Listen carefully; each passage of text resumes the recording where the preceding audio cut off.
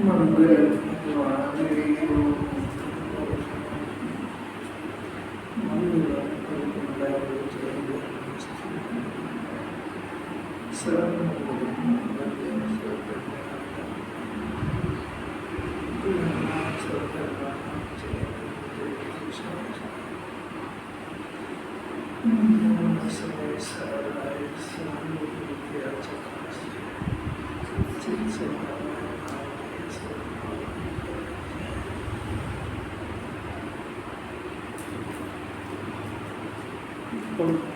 करना तो एक ही है, पर से तन्मयता तोड़ना। अनादि अभ्यास होने से जीव पर के साथ एकाकार हो जाता है। पूज्य गुरुदेव श्री मार्ग तो स्पष्ट बतला रहे हैं। अब जीव को स्वयं पुरुषार्थ करके आत्मा में से गुण प्रकट करना है। रोज प्रेम से 156। पांचवी गाथा स्व से एकत्र ऊपर से विभक्त। जीव को करने की भाषा में जमाने से बनाती है। तो ये कितना भी पढ़ लेगा तो फिर प्रश्न में कभी बात करेगा, सब क्या करूँ? और समझ ही नहीं पा रहा है कि पहले अपने को आत्मा स्थापित करो, फिर उसके गुणों का परिचय करो, और फिर उसकी विपरीतता का ज्ञान करो। और ये आत्मा एक नाम का पदार्थ है, जीव है, और इसके अंदर अपने से भिन्न पदार्थों की एकाकार होने की एक आदत है। इसका नाम मिथ्या दर्शन है। इसको जिनवानी की भाषा में तन्मयपना कहते हैं। तन्मयपना मैंने जिस गेय को देखता उसका विकल्प करके डूब जाता उसमें।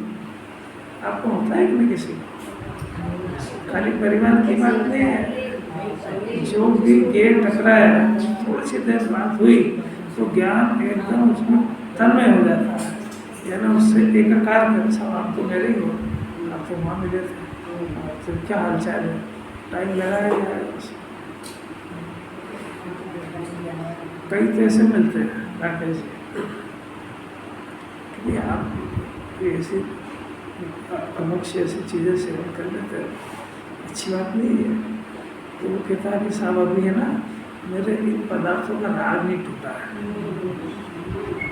मेरी इच्छा तो नहीं है और राग टूटा नहीं है। और कभी जिंदगी में सुना भी है, पहले एकत्र टूटता फिर राग टूटता है। पुराण में उसका एकत्र और राग में बहुत अंतर है। राग चारित्र का अपराध है, वो गुणस्थान के अनुसार टूटता है, और एकता बुद्धि पहले टूटती है। तू जो है ये तेरे को भ्रम हो गया, मेरा भी राग नहीं टूट रहा है। अब तू राग की परिचय ही नहीं टूटने का तो प्रश्न क्या है? मैंने वो बेभान समझते ही नहीं, बेचारा बोले कैसे से। देखो, राग के साथ एकता पर तन्मय पर तो उसके विषय में शुद्ध बुद्धि वो दूसरा है, चारित्र समय। पहले वो राग के साथ तन्मय पर, जैसे रोटी मैं खाता हूँ, रोटी खाने से जीता हूँ, है ना? दो आप की तरह। तो ये हुआ उस रोटी के साथ एकत्र। अब ये थोड़ी टूटता है, अब इसको कायम रख के राग तोड़ता है, तो फिर उल्लंघन होता है। सब बात को रहस्य तो जानो, पहले ये मान्यता टूटती है कि मैं खाता हूँ। तो ये मैं खाता हूँ, ये जो उसके शरीर का एकत्र और वो खाने के राग का एकत्र, पहले ये टूटता है और उसके बाद फिर रोटी खाने का राग टूटता है। और जो क्रम है सो है। अब आपको नहीं पता तो वो क्रम थोड़ी बदल जाएगा। अब आप राग तोड़ने का प्रयत्न करोगे तो पढ़ाई उल्टी है वो। हाँ, मैं खाता हूँ तो उसका पहले वो खाने के राग से एकत्र टूट के ज्ञान समझ आत्मा से पहले एकत्र होता है। तो ये एकत्र होने पर वो एकत्र टूटता है। अब जो राग बच गया है तो वो भी अपना क्रम से जाएगा। पर वो जब तक तेरे को राग की रुचि ही है तब तक राग घटता बढ़ता नहीं है, कषाय बढ़ती है। जिनवाने को बहुत सही तरीके से समझना चाहिए। जल्दी मत करो, क्या कुछ का कुछ गलत पकड़ जाएगा। वो राग का एकत्व को चालू रख के मोक्ष नाम शुरू करेगा।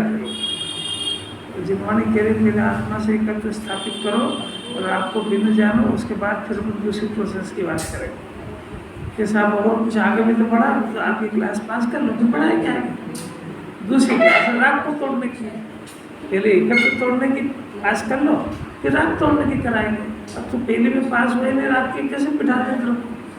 तो जो करेगा तो वो नकली करेगा। अरे ये रहस्य 25 साल बाद मेरे को समझ में आया, जो खूब सुना बार बार कि आखिर जैन धर्म को कहना क्या है। तो अब ये हम प्रोसेस ही गलत करते हैं और फिर रिजल्ट चाहते हैं, उसका कुछ फायदा तो हुआ ही नहीं। कहा जो राग की रुचि तो पड़ी हुई है, एकत्व करता बुद्धि में जोर शोर से पड़ा। कैसी अपूर्व बात है। आज बहुत गंभीर प्रश्न है, बहुत भाग्यशाली जीव आ गए। सुनो, कुंद अमृतचंद्राचार्य की स्टाइल, वो कोई सी भी बात को आदेशात्मक नहीं थोपते हैं।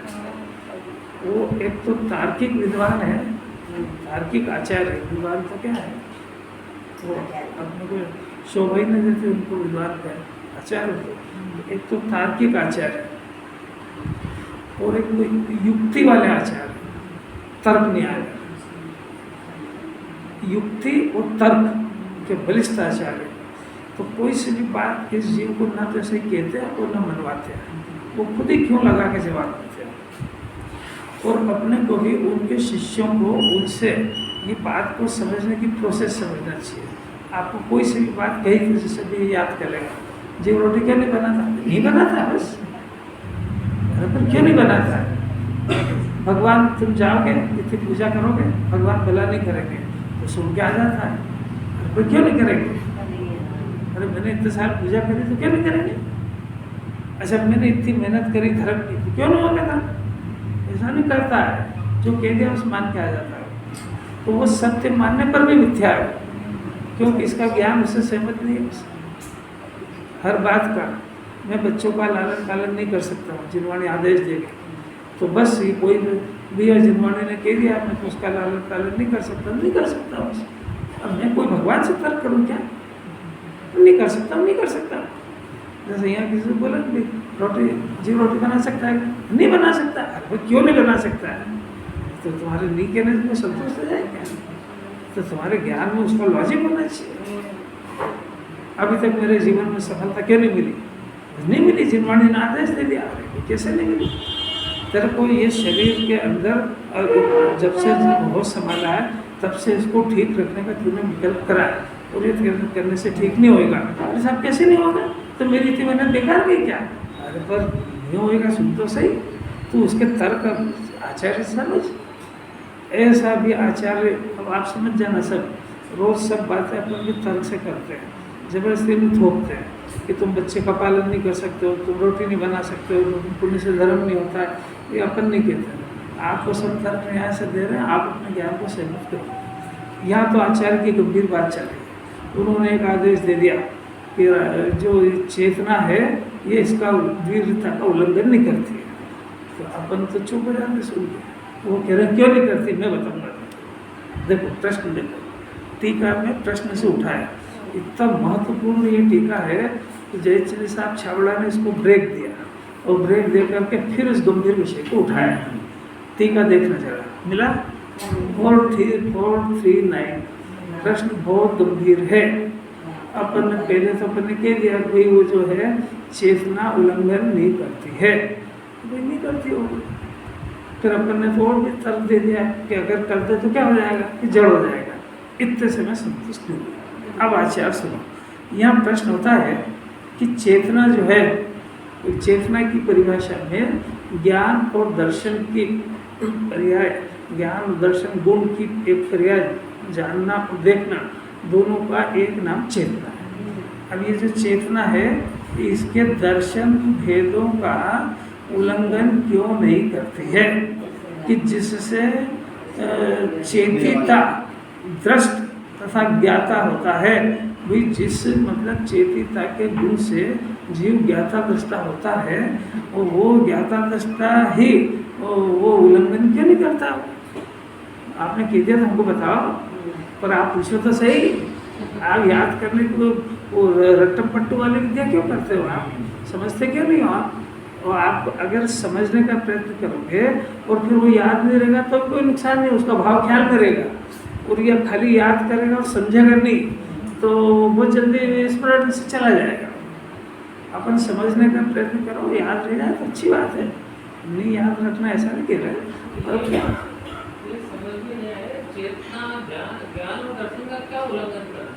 मैंने अभी मेरे को बोल तो लेना अभी अभी अरे तो उल्लंघन इतने देर से क्या बोला? अभी जरा पहले शांति से सुनो कि बात में जरा बोलते लो। अभी आपके ज्ञान में टकराए तो सही, फिर प्रश्न कर लेना। पहले तो कोशिश यही करते हैं 90% कि आपका प्रश्न उत्पन्न होने के पहले ही समाधान कर दें उसका। अभी तो शिष्य ने प्रश्न ही करा है, अभी तो शिष्य खुद ही पूछ रहा है कि साहब आपने अभी पिछली बात में आप कहते हैं कि चेतना ज्ञान दर्शन का उल्लंघन नहीं करती। देखो ये टीका से स्टार्ट किया, पर बहुत बात चल चुकी। टीका के अंदर चेतना दर्शन ज्ञान रूपों का भेदों का उल्लंघन नहीं करती, बस चुप हो गए। अब उनको खुद को पता था कि इसको प्रश्न होएगा तो उन्होंने खुद ही ने तो टीका उठाया। चेतना ज्ञान दर्शन रूप भेदों का उल्लंघन नहीं करती, तो हमको तो ये प्रश्न वही हो जाना था कि उल्लंघन भी क्या और क्यों नहीं करती। वो बता रहे, अब बता रहे अच्छा खुद ही बता रहे। यहाँ एक प्रश्न होता है कि चेतना दर्शन और ज्ञान भेदों का उल्लंघन क्यों नहीं करती है, कि जिससे चेतिता और दृष्टा, यानी चेतिता दृष्टा और ज्ञाता, दृष्टा माने देखने वाला, ज्ञाता माने जानने वाला, इन दोनों का नाम है चेतना। और ये चेतना और भेदों का उल्लंघन क्यों नहीं करती है, इसका उत्तर अवाचार्य। प्रश्न समझ में कि मूड में आ जाए। अब इसका बहुत सामान्य सा एक बार पढ़ लो तो आपको सब क्लियर हो जाएगा। फिर मैं लेता हूँ उसको, पढ़ो एक बार पढ़ो। इसका उत्तर करते हैं, प्रथम तो चेतना प्रतिभास रूप है। यह चेतना द्विरूपता का उल्लंघन नहीं करती, क्योंकि समस्त वस्तुएं सामान्य विशेषात्मक है, अर्थात सभी वस्तुएं सामान्य विशेष स्वरूप है। इसलिए उन्हें प्रतिभासने वाली चेतना भी द्विरूपता का उल्लंघन नहीं करती। उसके जो दो रूप हैं वे दर्शन और ज्ञान हैं, इसलिए वह उनका अर्थात दर्शन ज्ञान का उल्लंघन नहीं करती। यदि चेतना दर्शन ज्ञान का उल्लंघन करे तो सामान्य विशेष का उल्लंघन करने से चेतना ही न रहे, अर्थात चेतना का अभाव हो जाएगा। अब उसके अभाव में दो दोष आते हैं। पहला, अपने गुण का नाश होने से चेतन को अचेतनत्व आ जाएगा, अथवा दूसरा, व्यापक चेतना के अभाव में व्याप्य ऐसा चेतन अर्थात आत्मा का अभाव हो जाएगा। इसलिए इन दोषों के भय से चेतना को दर्शन ज्ञान स्वरूप अंगीकार करना चाहिए। है जवाब तो इसमें आ गया है।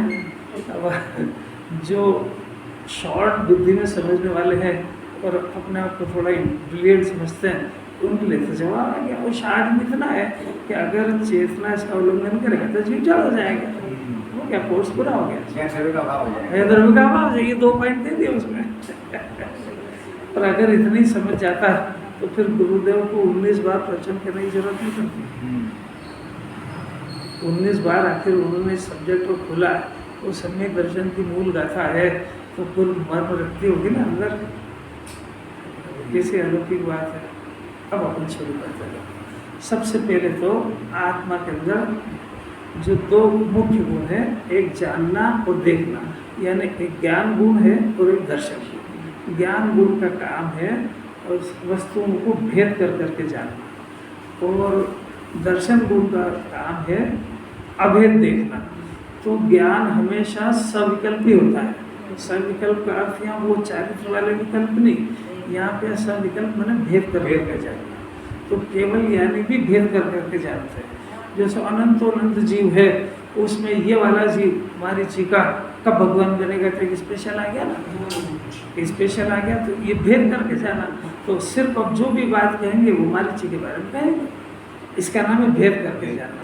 और अभेद में क्या है कि 3 लोग 3 काल है, 6 द्रव्य है, सामान्य द्रव्य है, ये गुण है, ये पर्याय है, यह भेद हो गया। तो ऐसा भी जानते हैं, ऐसा भी जानते हैं, और वो केवल ही जानते हैं। परंतु अपने पास भी जो ज्ञान गुण है वो दर्शन गुण है। ये ज्ञान और दर्शन गुण काम करता है। तो अभी थोड़े से ज्ञान गुण की अपन चर्चा करते हैं, वो सावधानी से सतर्कता से सुनना। इसमें एक शब्द डला है, वो शब्द का नाम है प्रतिभास। चेतना प्रतिभास रूप है, समझा? चेतना माने वो जानने देखने की पर्याय प्रतिभास रूप है। इसमें 2 शब्द है, एक प्रति और एक भास है, समझो?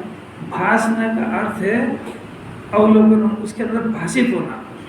तो भाषित होना और प्रतिभास माने खुद तो जानने का पिंड है, ये तो हुआ प्रति, और ये हुआ स्वयं, और प्रति माने दूसरे पदार्थ का इसमें भासना हुआ। जैसे बिंब और जिन बिंब, जिन बिंब कहते हैं, जिन बिंब, तो जिन बिंब, अब उसके अंदर झलका वो प्रतिबिंब है। आया कुछ पकड़ में आ रहा? जिन बिंब उसमें कोई झलका, उसका नाम प्रतिबिंब है। ऐसा जीव के स्वभाव में, ज्ञान दर्शन में कुछ पदार्थ झलके और उसमें दूसरे पदार्थों का आभास हो, उसका नाम प्रतिभास है। समझना जरा, ये अज्ञान दशा में भी अपने पास ये गुण यही काम कर रहे हैं। इस चेतना के अंदर प्रतिभास यानी बाहर के पदार्थों की झलकन हो, ऐसा इसका स्वभाव है। झलकन शब्द भी यूज कर रहे हो, वो प्रॉपर नहीं है, पर समझने के लिए क्या करें?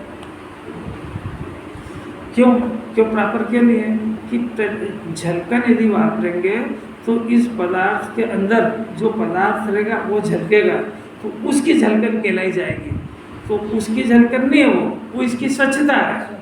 आपको उससे आप समझाएं कैसे जीव, इसलिए हमको झलकन शब्द वापरना पड़ा। काम का सब्जेक्ट है आपका, चिंता मत करो। प्रतिभास अज्ञानी को भी चल रहा है। प्रतिभास अगर अज्ञानी को ना हो तो मिथ्या दर्शन नहीं हो सकता है।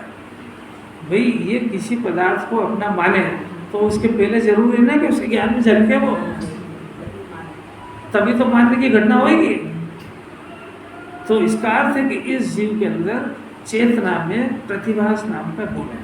तो वो क्या करता है कि वो भाषित करना उसका स्वभाव है। तो किसको करता है? कि जो होता है बाहर में, कि वो जो बाहर में जितने पदार्थ रहते हैं उनको झलकाने का इसका स्वभाव है। मैंने वो पदार्थ इधर जगत का इतना सुंदर स्वरूप है, इधर ज्ञान स्वभावी आत्मा प्रतिभा स्वरूप वो अपना परिणमन करता रहता है, और इधर लोकालोक अपना काम करता है, और वो इनका इसके अंदर प्रतिभास होता है।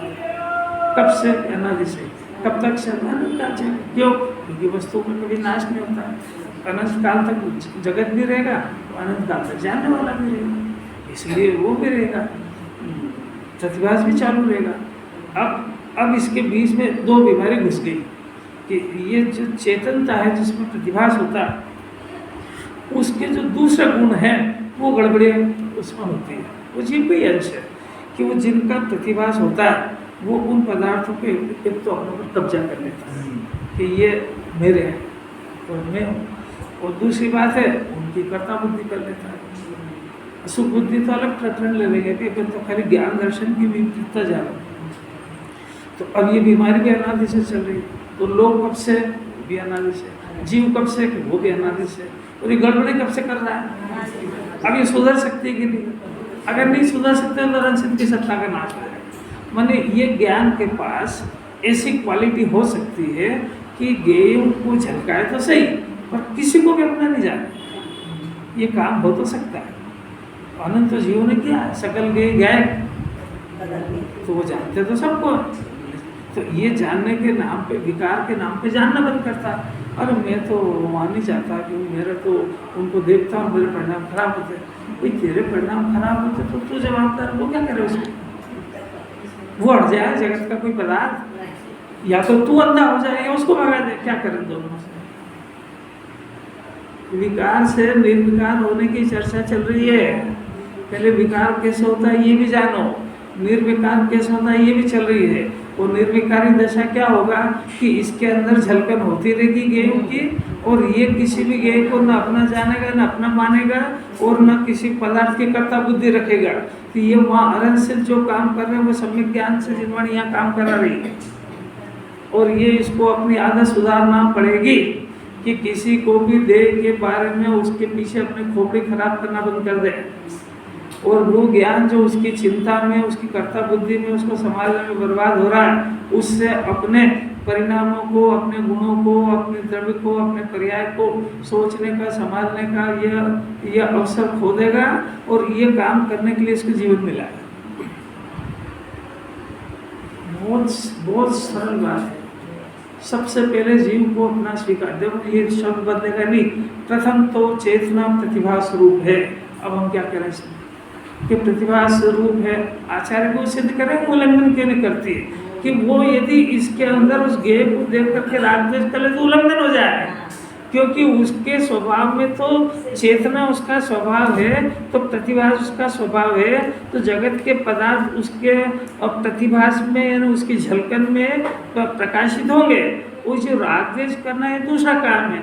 अगर ये जीव राग द्वेष करने लगे तो जानने देखने के स्वभाव का अभाव हो जाएगा, तो वो चेतना का उल्लंघन हो जाएगा।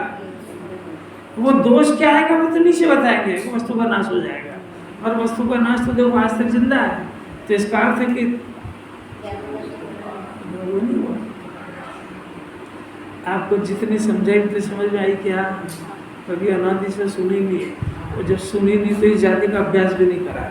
वो जिनवाणी इस जाति के अभ्यास के बगैर वो मिथ्या दर्शन, मिथ्या ज्ञान जैसा का तैसा कायम रहेगा, क्योंकि वो गेयों का जानना बंद होगा नहीं, गेयों का मचलना बंद करता नहीं है, जीव का मचलना बंद करता नहीं है, उसकी कर्ता बुद्धि छोड़ता नहीं है, उसके ऊपर कब्जा छोड़ता नहीं है, अपने अपनी अपनी प्रॉपर्टी के ऊपर कब्जा करने की कोई मेहनत प्रयत्न करता नहीं है। तो ये जहाँ था वहीं कम ही रहता है। बाकी जितना काम है क्षेत्र ज्ञान का बढ़ना और कषाय का मंद होना, ये सब चला करते हैं। इससे आत्महित का कोई लेना देना दूर दूर तक नहीं है। अगर गुरुदेव को मानने वाले हो तो गुरुदेव की इस बात पी जाओ, क्योंकि ये सम्यक ज्ञान पैदा हो गया इसको, जिसने पी लिया उसको मैंने वो कितना महापुरुष हो गया वो, कि वो जो केवल ज्ञानी परमात्मा जिसको जिनवाणी अनादि से नहीं करा पाई वो इसने कर लिया, वो केवली की श्रेणी में बैठ गया वो। अब वो सारी दुनिया भले देखती हो कि लड़ता है, रोटी खाता है, बच्चों के लिए रोता है, सब दुनिया देखती है, वो तो केवली करता है। वो तो केवली की तरह ज्ञाता दृष्टा रह गया कि साहब राग इतना तो दिखता है, 6 घंटा लड़ने का, ब्याह करना, शादी का, अरे उसके तो ज्ञाता रहते हैं, भिन्न जानते हैं उसको, तो उसको सब करके उदय में डाल दिया उसने। अपनी निधि तो मिल गई ना, अपनी निधि तो अपने पास है, प्रयास आज तो बुद्धि खुली थी, तो उसको तो अपनी निधि मिल गई है। अब वो अपनी निधि को संभालेगा कि इसको संभालेगा संयोग को? मैंने स्तुतियाँ कोई याद करने से होती है क्या? उसका भाव है पूरा। आगे चले, कुछ समझ में आया? एक पोर्शन के अंदर चेतना प्रतिभास रूप है, यानी इसके दोनों गुण काम करेंगे। क्या काम करेंगे? एक गुण का काम है जानना और एक का काम है देखना। एक गुण का नाम है ज्ञान गुण, दूसरे का नाम है दर्शन गुण। और जानना ये ज्ञान गुण की पर्याय है और देखना ही दर्शन गुण की पर्याय है। और कोई भी द्रव्य बिना पर्याय के कभी नहीं रहता, ये अनादि अनंत वस्तु स्वरूप है। तो वो ज्ञान गुण और दर्शन गुण वो अनादि से लेकर अनंत काल तक अपना काम करेंगे। मिथ्या और सम्यक की बात नहीं है, वस्तु स्वरूप की बात। ज्ञान गुण में प्रतिभास होता है। फिर और क्या बोला? चेतना में तो पता ही नहीं। अरे चेतना के दो भेद तो दोनों में प्रतिभास होता है। और तर्क दिया उसका कि यदि इसको कोई पदार्थ दिखेगा ही नहीं तो अपना कैसे मानेगा? तो वो प्रतिभास हुए बगैर कैसे मानेगा? अरे भाई इसकी सत्ता में झलका है ना, तो इसकी सत्ता में झलका है तो उसके बाद ही तो उसने अपराध करा कि ये मेरा। अगर उसके झलकेगा ही नहीं, यानी प्रतिभा शक्ति नहीं होगी उसमें, तो वो मिथ्या दर्शन भी कैसे होएगा? और ये जब उसके अंदर झलका है तभी तो उसने मेरा किया है, तभी तो उसने उसकी कर्ता बुद्धि करी। अगर वो अंधा ही हो गया, कुछ जानने में ही नहीं आ रहा, तो मिथ्या दर्शन ज्ञान सिद्धि होएगा ही नहीं। जड़ को मिथ्या दर्शन ज्ञान होता है क्या? क्यों नहीं होता है? उसके पास प्रतिभास नाम की शक्ति नहीं है, मैंने उसमें ऐसा कोई गुण नहीं है। उसके अंदर स्पर्श रस गंध वर्ण नाम के गुण है, उसके अंदर प्रतिभास नाम का गुण नहीं है। अब यहाँ आचार्य ये तर्क दे रहे हैं कि वो प्रतिभास चेतना उल्लंघन क्यों नहीं करती है, कि वो उल्लंघन नहीं करती है, इसलिए नहीं करती है कि प्रतिभास नाम का गुण वो के कारण होता है। उधर वो राग द्वेष मोह क्यों नहीं होता, क्योंकि उसमें प्रतिभास नाम का गुण ही नहीं है, तो उसमें कोई पदार्थ झलकते ही नहीं है, इसलिए उसको राग द्वेष मोह होते ही नहीं है। और इसमें एक विशेष क्वालिटी है कि इसके अंदर प्रतिभास होता है, तो वो प्रतिभास होना कोई दुख का कारण है क्या? कि नहीं, वो थोड़ी है, वो तो वस्तु स्वरूप है। तो फिर दुख का कारण क्या है? ये तेरा ज्ञान है कि अपने स्वरूप को नहीं जानना, अपने स्वभाव को नहीं जानना। प्रतिभास होना मेरा स्वरूप है, मैंने मेरा स्वभाव ही ऐसा है कि जगत के पदार्थ मेरे अंदर प्रकाशित होंगे, ऐसा उनका भी स्वभाव है पदार्थों का और मेरा भी स्वभाव है, इसलिए ये घटना तो कभी बन नहीं होगी। अब उसके बाद की जो तुम करते हो वो सब दुर्घटना है, ये तो घटना है और वो सब दुर्घटना है। अब इसमें क्या कठिन है? ये ऐसा चाहता है कि मेरे को सुखी तो होना है, पर मैं ये दो काम नहीं करूँगा। जो दिखेगा उसकी चिंता करो, उसको आप अच्छा करो बस। अब वो भगवान के लिए तो मेरी बस की बात नहीं, उसकी प्रिया में कैसे बदलू? कैसी अपूर्व बात है, 2 4 तेरी बार केजी में बैठा बच्चा समझ में आ गया। अब देखो थोड़ा सा और डेप्थ में जाते हैं। ये जो प्रतिभास शब्द वापरा है, ये तो आचार्य की मजबूरी है, क्योंकि वो जो वस्तु है ज्ञान गुण, उस ज्ञान स्वाभाविक आत्मा चमकता सितारा पिंड, उसके अंदर इधर जगत के सारे पदार्थ वो अपना प्रतिबंध करते हैं और वो उसकी ज्ञान की स्वच्छता के अंदर वो पदार्थ झलका करते हैं, झलका करते हैं। इसका नाम व्यवहार है। आत्मा कोई झलकाता वलकाता नहीं है, आत्मा तो सिर्फ जानता है। अब जानता है तो वो जो वहाँ के जो पदार्थ है, वो पदार्थ यहाँ पर झलकन जो होगी, सुनना जरा ध्यान से, यहाँ पर जो झलकन होगी वो उन्हीं पदार्थों की होगी जो बाहर पड़े। जो बाहर हो गई नहीं वो कैसे झलकेगा उसमें? तो उस पदार्थ का बाहर रहना अनिवार्य शर्त है, अनिवार्य शर्त है, और इधर उसका झलकन होगी। तो ये दोनों की उपस्थिति तक तो कोई वस्तु स्वरूप है, उसमें कोई दिक्कत नहीं है। अब प्रश्न ये है कि ये जो ज्ञान स्वाभाविक आत्मा, ये सिर्फ क्वालिटी जीव में कि उसके ज्ञान के अंदर उन पदार्थों की झलकन होने पर भी वो इतना स्वतंत्र और आज़ाद है कि वो बाहर के सब पदार्थों में से चुनिंदा पदार्थों को अपने अंदर जानता है, सबको नहीं जानता है। अगर वो बाहर के पदार्थों से आत्मा में झलकन हो तो जितने पदार्थ है सब झलकना चाहिए। फिर से बोलते हैं बहुत अच्छा शब्द है। अरे ये भी बताते हैं। देखो ये इसीलिए तो धीरे धीरे बात करके प्रश्न होना चाहिए, खाली हाँ नहीं करना है इसको, क्योंकि वस्तु का स्वभाव चल रहा है। अब देखो फिर से देखो, 2 चीजें तो सिद्ध हो गई है ना, एक तो ज्ञेय पदार्थ और एक ज्ञान पदार्थ। अब ज्ञान के अंदर प्रतिभास नाम की शक्ति है, किसमें है? सब में, मेरे में भी है। किसने दिया? किसी ने नहीं दिया, मेरे गॉड गिफ्ट है। मैंने अगर कोई दे सकता होगा तो ले लेगा। ये प्रतिभास नाम की जो शक्ति है, ये कोई कर्म के उदय ने दी, कुछ नहीं दिए। दुनिया में कोई ऐसा पैदा नहीं हुआ जो मेरी प्रतिभास शक्ति को मेरे को दे, वो मैं अपनी ताकत से लेके आया।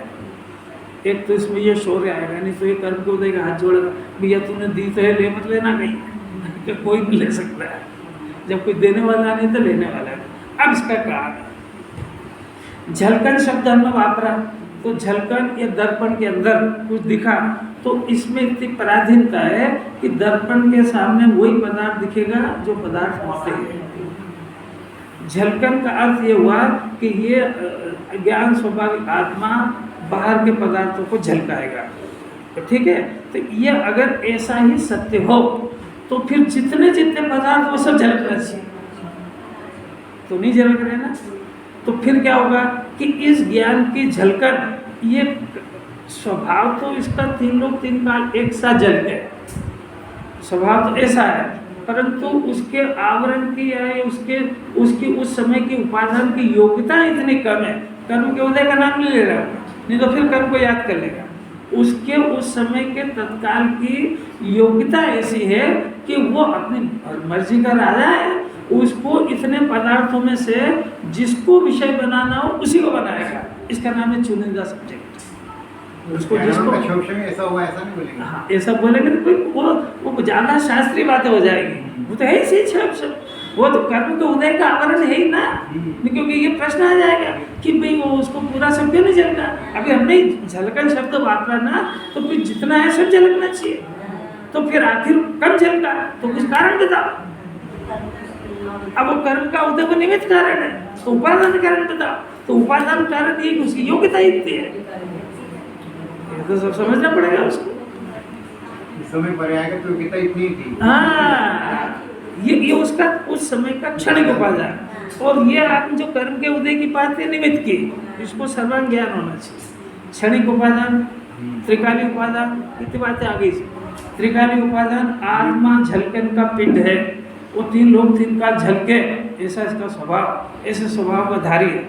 अरे तो शक्ति की बात हुई। अब व्यक्तिता में कितनी है कि व्यक्तिता अपने अपने से स्वतंत्र है। किसी की अवधि ज्ञान है, किसी का मने करे है, किसी केवल ज्ञान है, और किसी का मतिश्रुत है, और किसी का बहुत ज़्यादा होता है, किसी का कम होता है।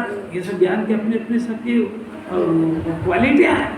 अब ये क्यों ऐसा कि कर्म का उदय, तो कर्म का उदय कराता कि नहीं, वो नहीं कराता है। तो उपादान बताओ, क्योंकि हमने कह दिया ना कि कर्म का उदय निमित्त है, तो फिर शिष्य ब्रिलियंट होना चाहिए। यानी निमित्त को कर्ता नहीं मान ले कि देखो साहब आपने लिए ना कि कर्म का उदय निमित्त है ना, इसलिए मेरा भी ज्ञान उल्टा है। कर्म का उदय है ना, इसलिए मैं भी कम जाने, ये नहीं है, वो तो निमित्त है। तो तू पूछ कि निमित्त यह है तो उपादान बता कि उसकी तत्सम की योग्यता इतनी है। सब समझना पड़ेगा उसको। देखो, एक स्टूडेंट, अपन भी रहे, तो अपन ने अपने स्टूडेंट अपने ज्ञान की खिलावट प्रति समय गड़बड़ होती रहती है। कर्म का उदय भी नाम है उसका, वो अप डाउन होती रहती है। अब ये पूरी परीक्षा की तैयारी करके गया, पूरी किताब बोर्ड डाली और उसका चैलेंज के साथ कि पूछो आज परीक्षक को क्या पूछना है। पर वो जो प्रश्न आया वहाँ पे, तो उसका उत्तर पढ़ा होने में भी याद नहीं आया। बताओ कारण बताओ। अब वो क्या हुआ कि परीक्षा से नहीं आया तो नहीं आया, उसने दो प्रश्न और बिगाड़ दिए सोच के। और जैसे ही बाहर निकला माथा पकड़ता है, यार ये तो मेरा पढ़ा ही था। अब प्रश्न है कि ये सारी घटना का जवाबदार कौन है? भाई वो त्रिकाली आत्मा मौजूद है, इसने पढ़ाई नहीं करी कि वो भी करी है, याद नहीं करा कि वो भी करा है, फिर अभी याद क्यों नहीं आया ये बताओ। तो जैन दर्शन हर बात का जवाब देगा। तेरे ज्ञान के कोटा में थी ना, कोई तूने पढ़ा और हम याद कर रहे, ऐसी तो बात है ही नहीं। क्यों? इसलिए कि वो ज्ञान की क्षणिक पर्याय भी आजाद है। वो उस समय में जिस विषय को विषय बनाना चाहेगी, अब चाहे कोई शब्द तो वापरना पड़ेगा ना, मैंने उस समय की जो योग्यता होगी वही उसके बाहर आएगा। और ज्ञान जो है वो ज्ञेयों को नहीं जानता, ज्ञान को जानता है। तो उसके ज्ञान के उस समय की उहाड़ को जानता है, वो पेपर को नहीं जानता। षटकारक लगेंगे ना, ज्ञान ही जानने वाला, ज्ञान ही जानने में आया वो, ज्ञान ही गे, ज्ञान ज्ञाता गे को जहाना, विकल्प ध्यान धाता ध्येय को विकल्प ना। तीनों ज्ञान ज्ञाता गे ध्यान धाता एक ही है, ये इनका विकल्प नहीं होना भी इसमें। अब भी समझ में आया कि ज्ञान की प्रति समय की तरंग प्रतिभास रूप वो अपनी स्वतंत्रता से क्षणिक उपादान से गेयों को जानती है। अगर गेयों से जानती हो तो गे का ज्ञान हो गया तो जीव नगरची हो गया। झलकन शब्द में ये दोष आता है क्या कि झलकन मतलब अन्न पर पदार्थ का आलम्बन ले लिया तो जीव का शौर्य क्या रहा। झलकन भी क्या है? वो झलकन क्या है तो अभेद हो गया। जब यदि देखो यदि झलकन में गाय को लोगे तो मिथ्या दर्शन करके बताओ, क्योंकि आपको गाय तो झलक ही नहीं रहा है, गाय की गैलक से झलक रहा है तो मिथ्या तो कैसे हुआ। अरे मैंने पूछा जानने योग इस विश्व में कुछ नहीं है। ये जीव अभी देखो जरा सुनो, पहले एक प्रश्न से निरुत्तर हुए कि नहीं। यदि उसमें गायक ही झलक रहा है तो आपको मिथ्या दर्शन कैसे हुआ। वहां बाहर कोई पदार्थ होना चाहिए ना, तभी तो मिथ्या दर्शन सिद्ध हुआ। अगर आपको कोई गाय की झलका तो वो कषा हुई कैसे।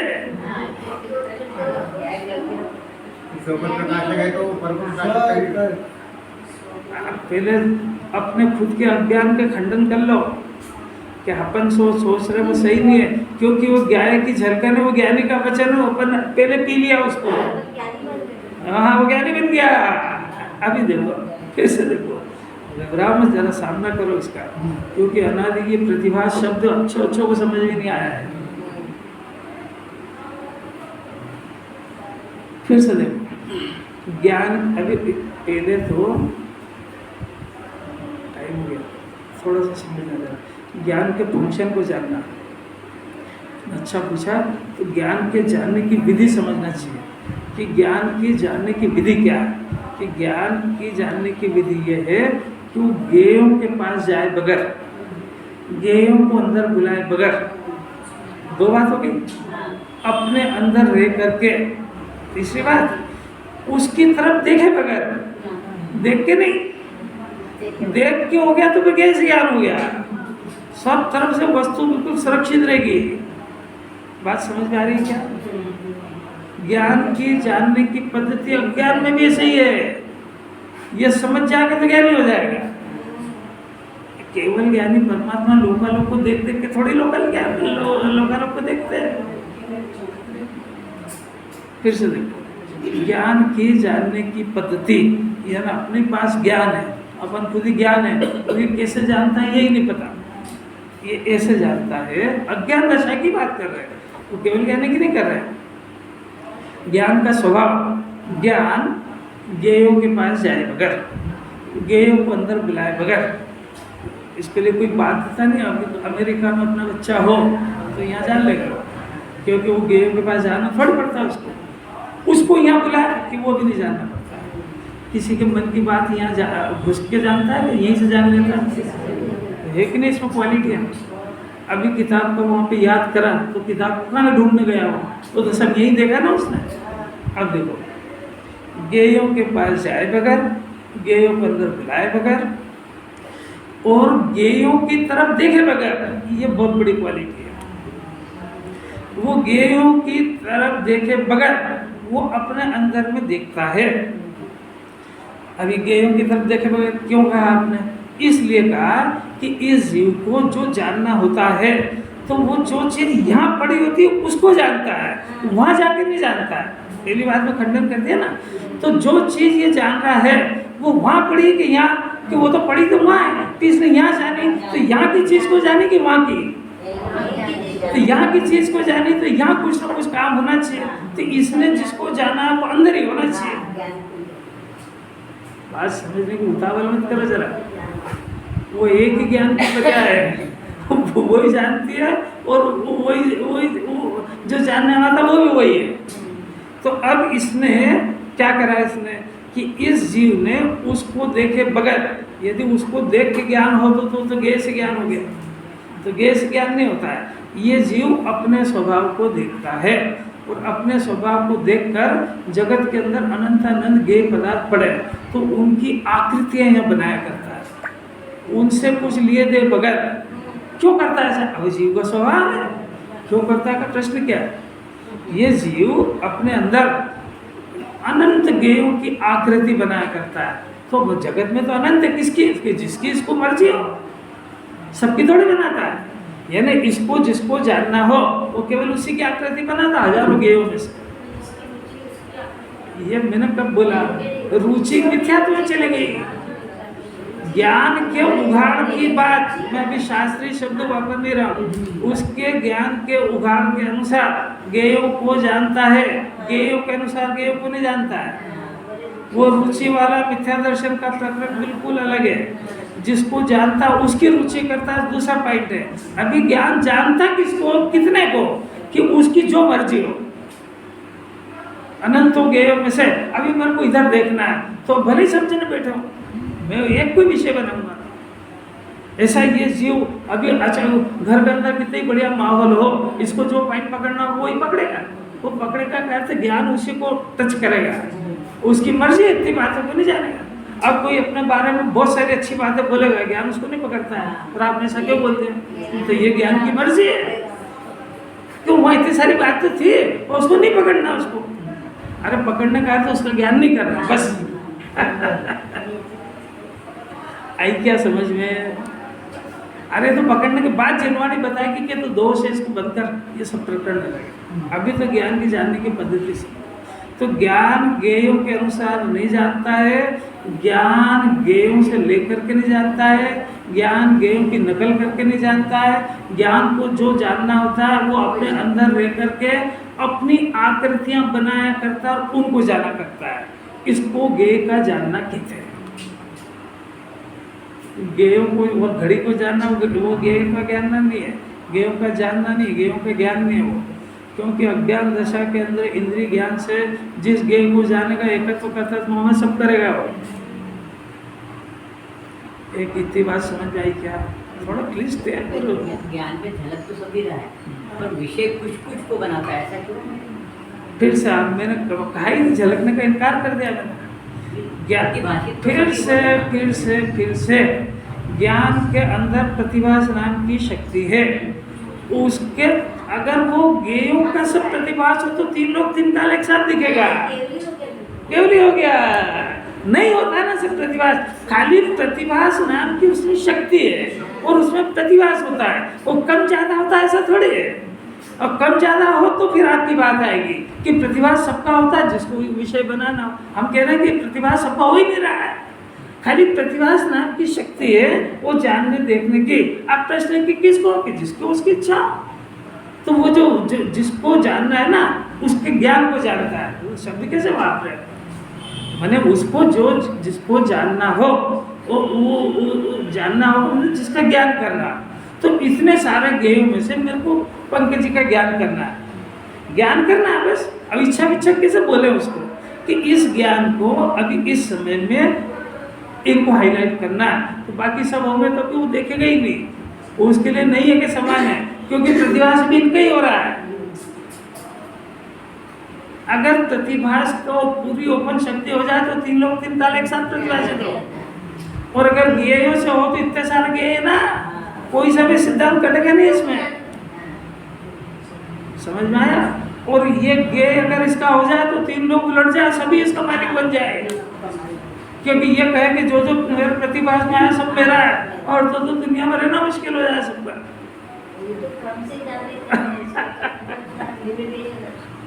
कितनी अलौकिक बात। अरे कुछ मजा आ रहा है कि नहीं आ रहा? टाइप हो ही गया, क्या करें। अब वो बात ही इतनी अपूर्व, क्योंकि इसके बगैर न तो जानने की विधि जाने बगैर न जानने की अकल आएगी।